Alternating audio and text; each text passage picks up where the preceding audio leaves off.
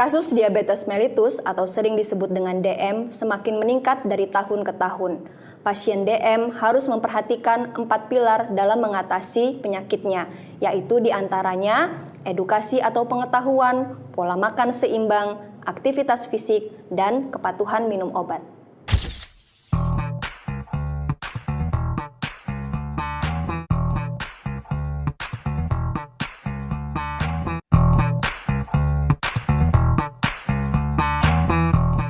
Kepatuhan minum obat pada pasien diabetes mellitus sangat penting karena minum obat yang teratur sesuai dengan saran dokter bisa membuat kadar gula darah pasien tetap baik dan bisa mencegah dari komplikasi penyakit diabetes mellitus. Obat-obatan ini diantaranya obat-obatan yang diminum dan juga obat-obatan yang disuntik. Semuanya harus diminum ataupun disuntikan secara teratur.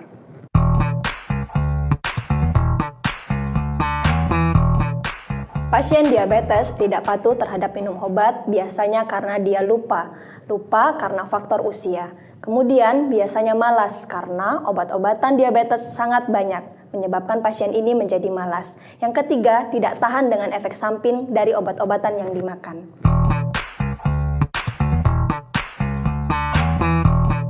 Tips untuk meningkatkan kepatuhan minum obat diantaranya, untuk mengatasi rasa lupa, maka pasien harus dimotivasi agar menganggap obat yang diminum adalah kebutuhan sehari-hari.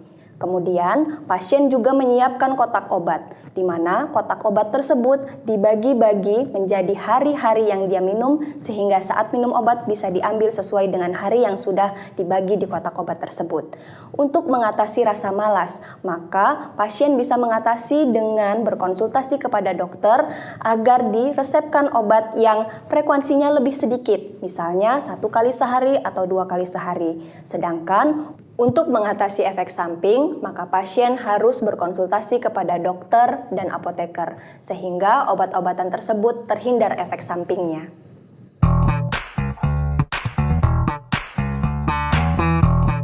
Terapi obat pada pasien diabetes mellitus ada 2, diantaranya obat minum atau obat oral dan obat suntik.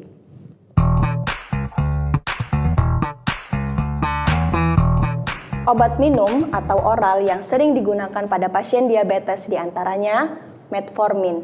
Efek samping dari obat ini adalah mual, kemudian juga harus hati-hati digunakan pada pasien yang mengalami gangguan hati, gangguan ginjal, dan gangguan jantung, serta pada pasien lansia. Obat yang kedua yaitu glibenclamid dan glimepiride. Obat-obatan ini punya efek samping mual, dan kemudian mudah sekali menyebabkan kadar gula darah menjadi rendah atau sangat rendah. Obat yang ketiga adalah acarbose. Obat ini berefek samping, sakit perut, kembung, dan diare.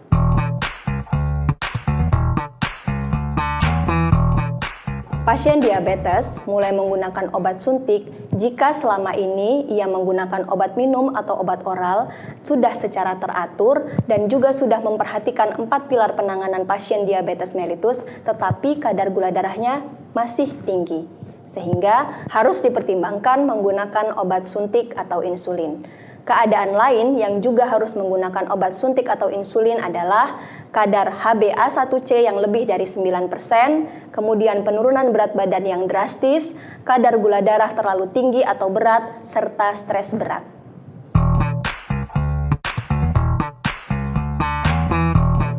Obat suntik yang digunakan pada pasien diabetes mellitus ialah obat-obatan yang mengandung insulin. Insulin ini ada 3 jenis, ada insulin basal, insulin aksi cepat, dan insulin campuran.